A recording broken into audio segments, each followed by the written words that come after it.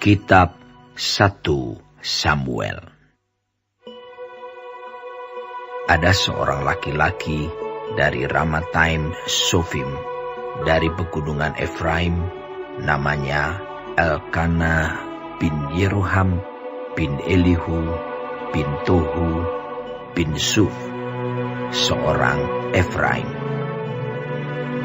Orang ini mempunyai 2 istri, yang seorang bernama Hana dan yang lain bernama Penina.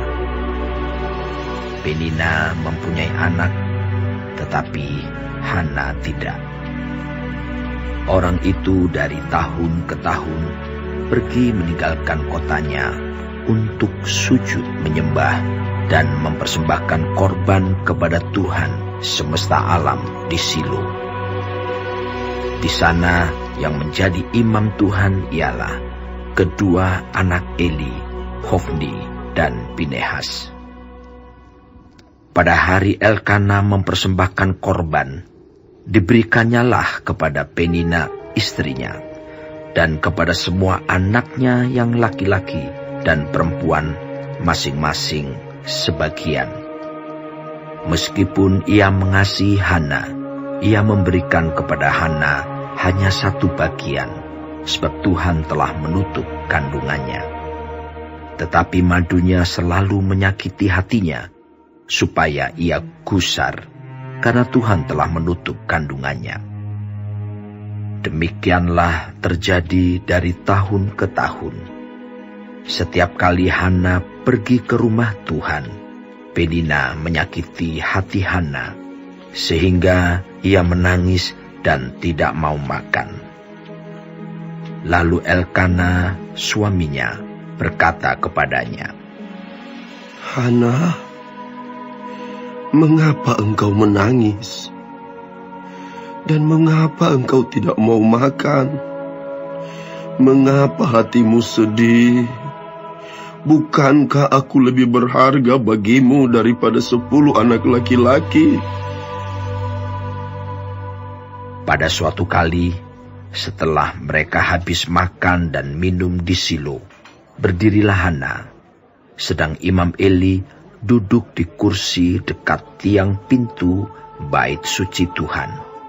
Dan dengan hati pedih, ia berdoa kepada Tuhan sambil menangis tersedu-sedu. Kemudian bernazarlah ia, katanya, "Tuhan semesta alam, jika sungguh-sungguh Engkau memerhatikan sengsara hamba-Mu ini dan mengingat kepadaku dan tidak melupakan hamba-Mu ini,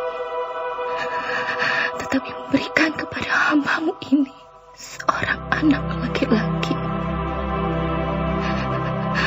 maka aku akan memberikan dia kepada Tuhan untuk seumur hidupnya. Dan pisau cukur tidak akan menyentuh kepalanya." Ketika perempuan itu terus-menerus berdoa di hadapan Tuhan, maka Eli mengamat-amati mulut perempuan itu.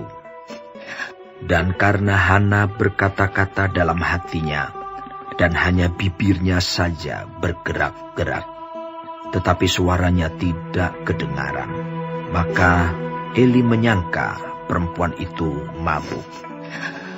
Lalu kata Eli kepadanya, "Berapa lama lagi engkau berlaku sebagai orang mabuk?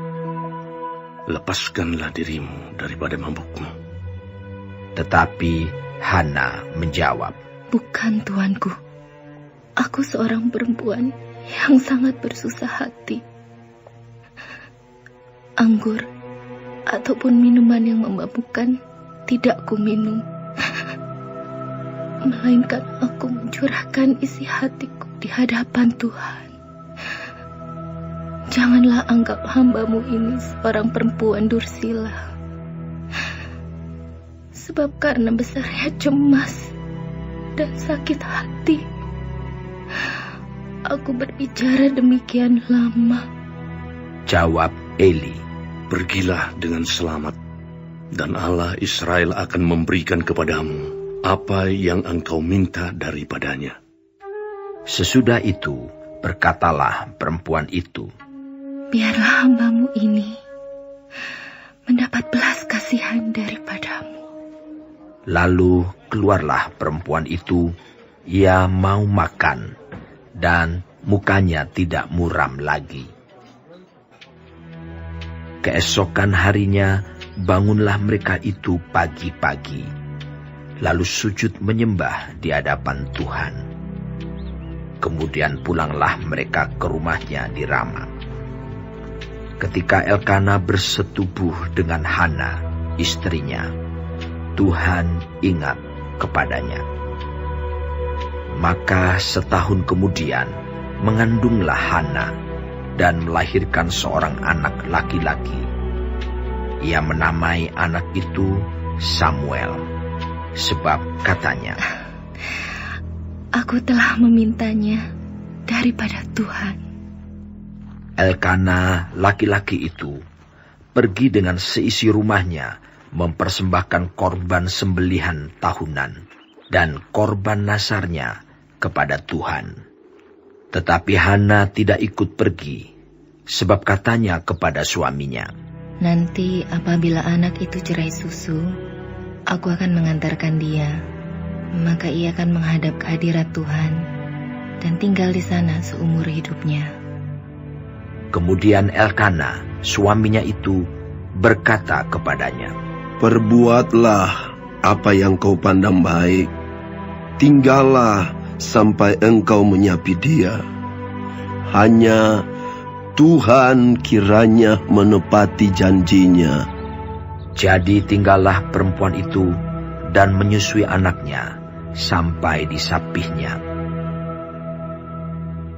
Setelah perempuan itu menyapih anaknya, dibawanyalah dia dengan seekor lembu jantan yang berumur 3 tahun, 1 efa tepung, dan sebuyung anggur. Lalu diantarkannya ke dalam rumah Tuhan di Silo. Waktu itu masih kecil betul kanak-kanak itu. Setelah mereka menyembelih lembu, mereka mengantarkan kanak-kanak itu kepada Eli. Lalu kata perempuan itu, "Mohon bicara tuanku. Demi tuanku hidup, akulah perempuan yang dahulu berdiri di sini, dekat tuanku, untuk berdoa kepada Tuhan. Untuk mendapat anak inilah aku berdoa, dan Tuhan telah memberikan kepadaku apa yang kuminta daripadanya.